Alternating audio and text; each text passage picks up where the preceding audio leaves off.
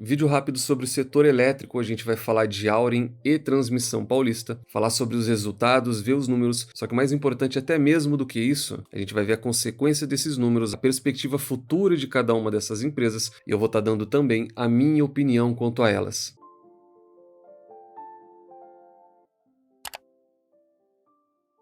Vamos começar aqui pela Auren, que abriu hoje uma queda de quase 2% depois da divulgação do relatório, e apenas em 2024 a empresa já acumula uma queda de mais de 7%. Na realidade, essa queda era maior, era de praticamente 11%. A empresa teve uma boa recuperação aqui nos últimos dias. E como eu disse que o balanço dessas empresas ele é o menos importante para esse trimestre especificamente, essa sequência que vocês estão vendo é uma pequena amostra da maneira que a gente faz a avaliação na nossa área de membros. Então, quando a gente enxerga HDRE, que é a primeira coisa que o sócio tem que observar numa empresa, daqui para frente esses números vão ser totalmente diferentes. A mesma situação vai acontecer com o ROI, que é a rentabilidade. Os números vão ser totalmente diferentes. A gente pode esperar, inclusive, uma queda de eficiência da empresa. É algo normal quando a gente tem fusão e aquisição. A empresa leva um tempo para engrenar e buscar uma eficiência maior. A própria questão da dívida, que essa relação dívida líquida versus EBITDA está um pouco acima de 2 vezes, a gente já vai ver o balanço dela, também pode esquecer e desconsiderar isso. A partir do momento que os números da SB3 entrarem no balanço da Auren, a gente vai falar em algo em torno de 5 vezes. E a Auren, que tem um dividend yield muito bom, muito interessante, o atual hoje, inclusive, é de 16%, ele também tende a ser afetado. Então, a partir do próximo balanço, a gente pode ter os números reais da empresa, esses que a gente está acostumado deixam de existir, só que a gente consegue tirar também muita coisa boa desse resultado. Uma notícia muito positiva para a empresa é que ela entra na primeira prévia do Ibovespa, não só ela, como Caixa Seguridade e a Dexco. Dexco é uma companhia que eu gosto bastante, muito fora do radar e que pouca gente olha. E quando a gente olha para o resultado final da empresa, o lucro líquido, ele encolheu 50%, ficou abaixo das expectativas, só que a empresa também dá a sua justificativa para isso ter acontecido. Operacionalmente, a situação da companhia ela ainda é boa. Mesmo com uma queda de 50% no lucro, a receita ela ainda se manteve estável, na realidade ela teve uma alta de 1%. A gente tem aumento de volume negociado, correção de receitas, principalmente entrada de novas operações, energia solar também já contribuindo. O EBITDA aparece com uma queda de 13%, porém para o sócio o que interessa é sempre o EBITDA ajustado, ele reflete de maneira muito mais próxima aquilo que a operação da empresa consegue entregar. Então também no EBITDA a gente teve uma alta de 5% e a margem EBITDA acompanhou, subindo um pouco mais de 1%.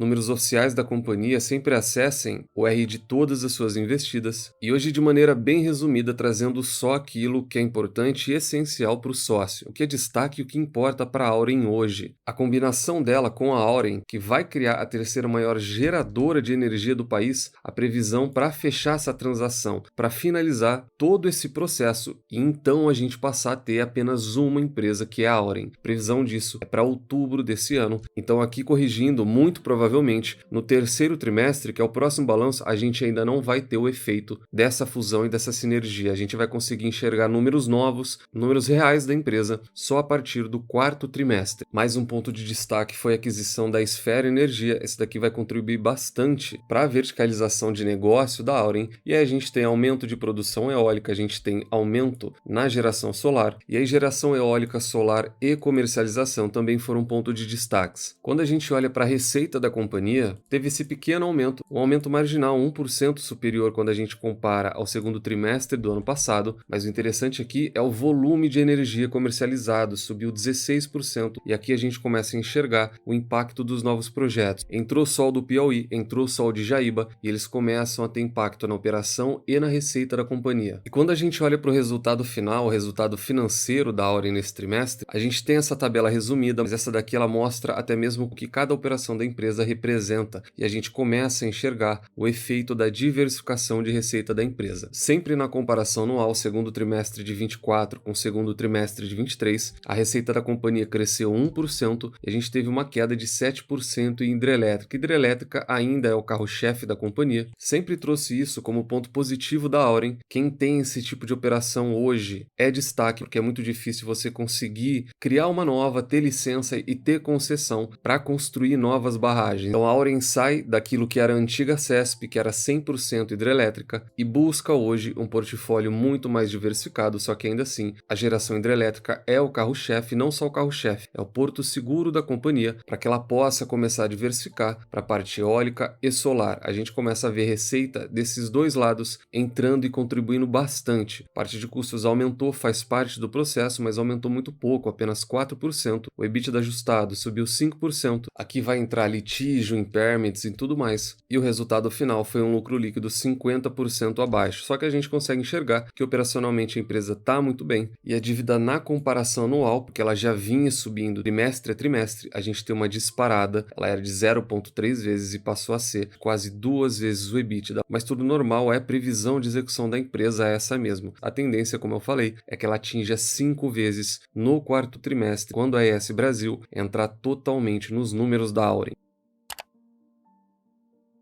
Falar agora de Transmissão Paulista, também faz parte da nossa carteira do canal, da carteira da comunidade. Esse ano ela já acumula uma queda de mais de 7%, muito puxada por toda a venda feita pela Eletrobras, que é uma notícia muito positiva e o próprio CEO da companhia comentou isso na divulgação do balanço. Ele enxerga a venda das ações por parte da Eletrobras como algo positivo da empresa, e você pode até se questionar como isso pode ser algo positivo, só que vale a gente lembrar que a Eletrobras ela tinha 50% de todas as ações preferenciais, fora ainda todas as ações ordinárias. Então a gente fala de praticamente 1/3 de todas as ações disponíveis da Transmissão Paulista em posse da Eletrobras, longe do mercado e não gerando assim liquidez. Então, uma vez que a gente não teve perda de fundamentos, não tem um follow-on que dilui o acionista, a empresa é exatamente a mesma. A partir de agora a gente tem mais ações no mercado, isso pode refletir o valor real da empresa, porque a gente vai ter também mais liquidez. O segundo comentário também muito importante, e essa é uma das diferenças que eu gosto na Transmissão Paulista, Engie e empresas bem geridas, que é clareza para o sócio daquilo que ela faz. Transmissão Paulista bateu o martelo e comunicou ao mercado e aos sócios que ela está fora do próximo leilão da ANEEL, e não só dele, muito provavelmente de mais alguns. Isso pode estranhar muita gente, porque Transmissão Paulista sempre foi protagonista quando a gente fala de leilões, só que ela definiu outra prioridade e vai seguir até o fim, que é um plano de investimento de 15 bilhões de reais até 2028. Então é um calendário muito puxado. Você parar para pensar, são apenas 4 anos para estar investindo 15 bilhões. A empresa vai focar em 7 projetos Greenfield que já estão em construção e um CAPEX de 10 bilhões. Os outros 5 bilhões são destinados para reforços e melhorias. Traduzindo tudo isso, significa que a empresa não vai participar de novos leilões, ela vai investir 15 bilhões de reais em projetos já em andamento e, além de tudo, melhorias e reforços em tudo aquilo que ela já tem. Então, de um lado, projetos que vão trazer uma nova receita, não só vão, já estão trazendo, e do outro lado, ela vai investir um alto capital para melhorar tudo aquilo que ela já tem construído, para melhorar aquelas concessões, para ser mais eficiente, e tudo isso lá na frente vai se transformar em receita também para a empresa. Então, não só de novas concessões e novos leilões vive o setor elétrico, ele também consegue melhorar tudo aquilo que ele já tem em andamento. E essa é a decisão da empresa. Eles fizeram questão de afirmar que não vão participar de novos leilões. E esse, para mim, é o principal destaque também dessa temporada de balanços, porque operacionalmente os números, como sempre, da Transmissão Paulista são muito bons. O lucro dela saltou 63% no trimestre, puxado pelo RBSE, é verdade, só que a gente já vai estudar e ver que mesmo sem isso, a empresa consegue crescer em receita, EBITDA e lucro.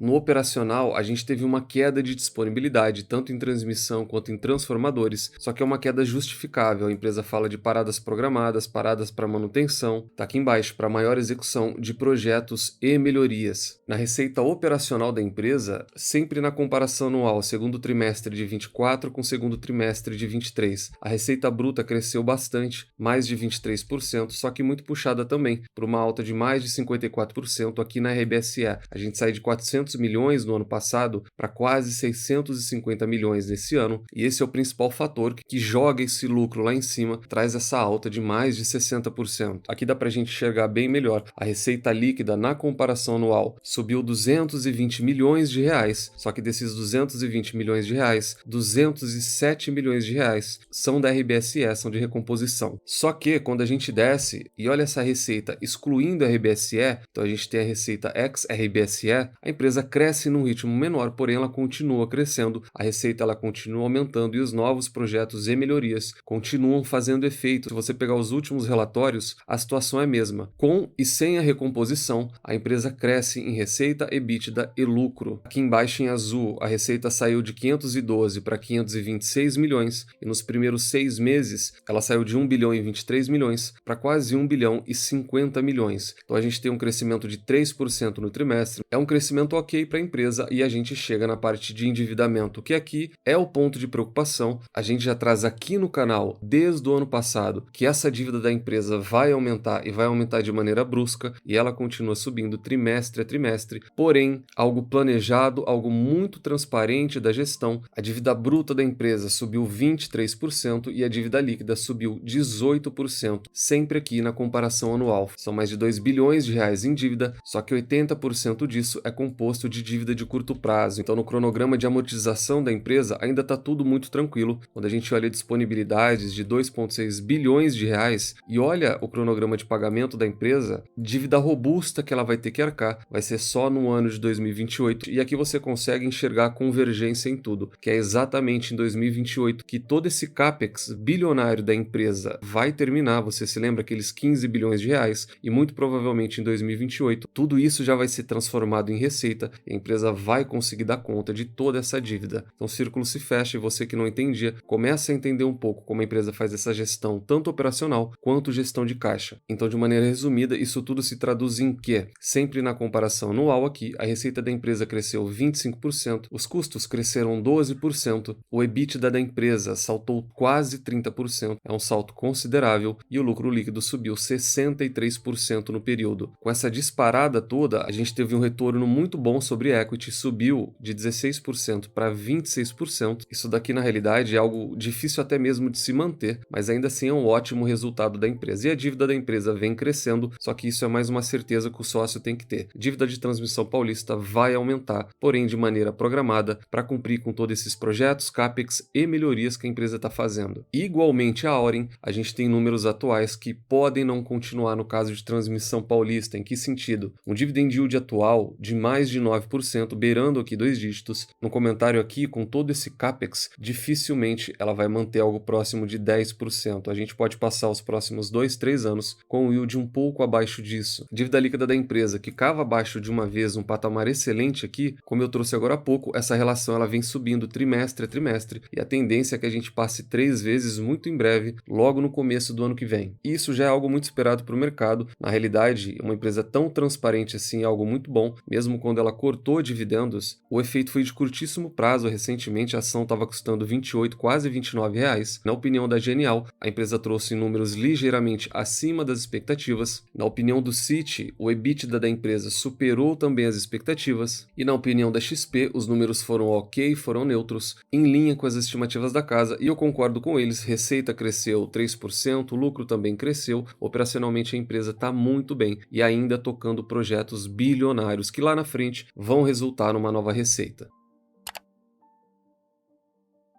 Então hoje a gente falou de 2 resultados em apenas um vídeo, é algo que eu nunca faço, porque eu gosto de sempre me aprofundar muito mais nos números, só que aqui a gente tem 2 casos onde os balanços desse trimestre têm pouco impacto e pouca relação com o investidor e com o sócio. No caso da Auren, esses números de hoje, eles foram ok, então em linha com aquilo que a empresa vem entregando recentemente, mas para quem é sócio ou para quem pretende ser sócio, o que interessa mesmo vai ser o 4º trimestre, na fusão das 2 empresas, para daí sim a gente ter noção daquilo que ela vai entregar, até mesmo em termos de dividendos. E no caso de Transmissão Paulista, os números de hoje também foram muito bons, só que a principal mensagem foi da diretoria. Um comunicado muito firme para o mercado, dizendo que não vão participar de leilões e vão trabalhar em projetos Greenfield, focar no CAPEX, e mais do que os resultados em si, esses são os principais pontos hoje, tanto de Auren como Transmissão Paulista. Caso você queira investir através do BTG, que é a corretora que eu utilizo, para ter acesso a diversos benefícios e o mesmo assessor que a gente utiliza na carteira do canal, preencha o formulário formulário através do link aqui embaixo. Pode fazer pelo celular, levar menos de 1 minuto. E muito em breve o pessoal já vai entrar em contato com vocês.